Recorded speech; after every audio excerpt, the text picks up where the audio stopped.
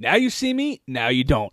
I got a chance to see this the other day and just haven't had a chance to shoot the video.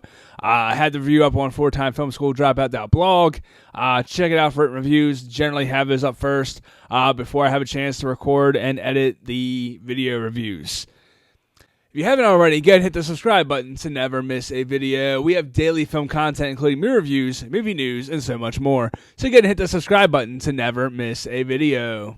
Today we are talking about Now You See Me, Now You Don't, the third installment in the Now You See Me trilogy. This one was directed by Ruben Fleischer, who directed films like Gun Squad, Zombieland 1 and 2, 30 Minutes or Less, and he also directed... There's definitely one other one. Drawing a blank, but there's definitely one more I know he directed. I'm generally not a huge fan of Ruben's. Now, I don't know. I like Zombieland. Double Tap was good. 30 Minutes or Less was funny, but I feel like it just didn't really pack that punch. Again, I haven't seen 30 Minutes or Less since it came out in theaters, like well over a decade ago, probably like 16 years ago.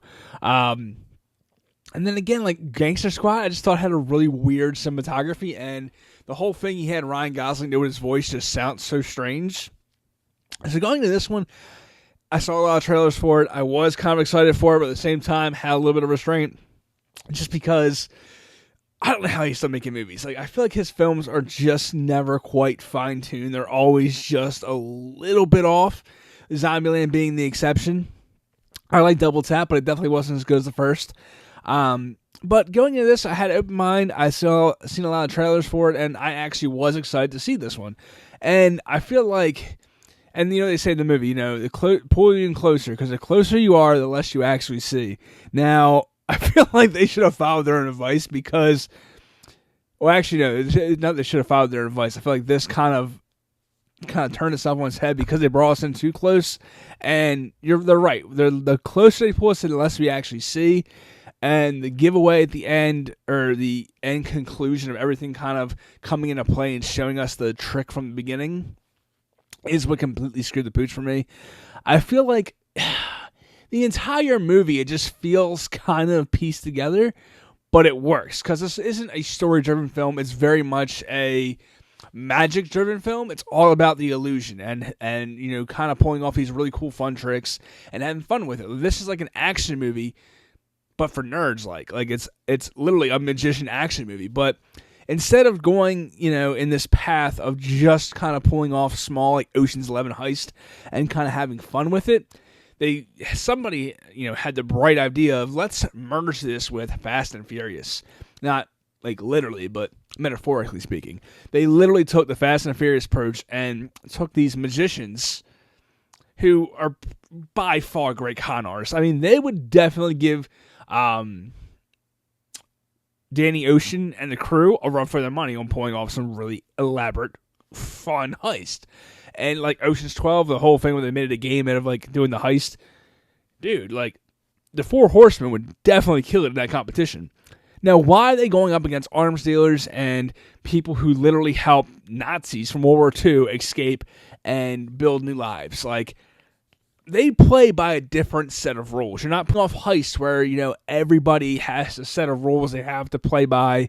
You know, the cops got their own rules they got to play by. Even insurance company agents, and even if you're ripping somebody off who's kind of on the shady side, they generally don't have that kind of pool. I mean, they do, but it's not like reach of international arms dealers and, you know, up here. It's like, you know, organized crime, but not up here, like, you know, and they just took it too far. And I feel like that's what kind of kills the movie for me. But at the same time, it's not it feels stale, especially when you kind of have like everything's kind of when everything's revealed and you kind of see everything play back out from the at the end, and kind of goes through and shows you all the tricks they got up to that point. It feels kind of stale, doesn't work as well, and kind of ruins the story arc, because it had a decent story arc. It really did. And it kind of even, I would go as far as say, took off the sense of horror with these requels and reboots. And, you know, even though the film isn't that old, not that old. We're in the third installment, but I think the first one came out almost a decade ago, if not a little later than that. I think 2015, 16, something like that. So it's been a long time. Even the sequel, I think, came out in like 18, 19, somewhere around there. So from the gap from the second to third is kind of large. So using that, we're going to bring in a new set of characters and merge them and kind of integrate them with the legacy characters and kind of pass the mantle on. Kind of feels like what they're trying to do with this one.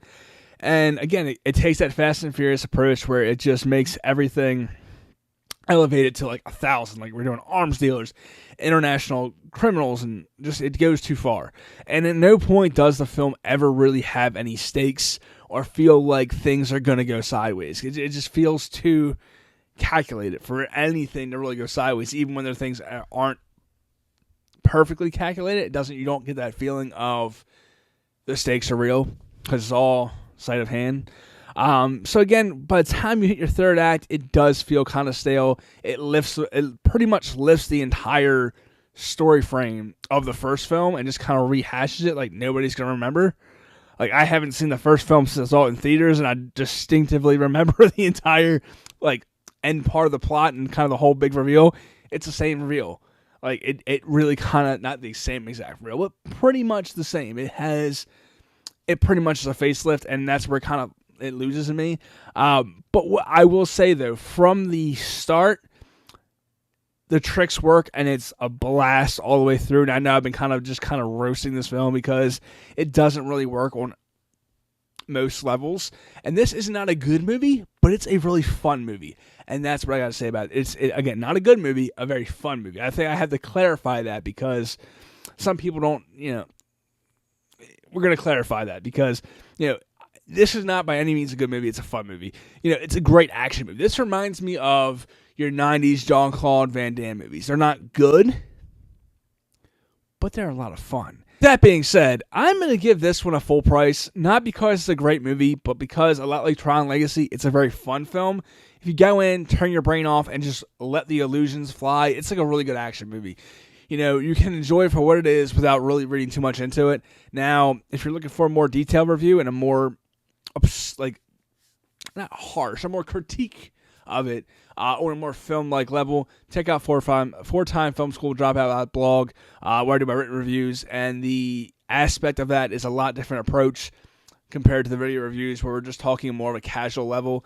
For casual viewing, this is definitely a fun film. I think you'll enjoy it. That's why I get it full price.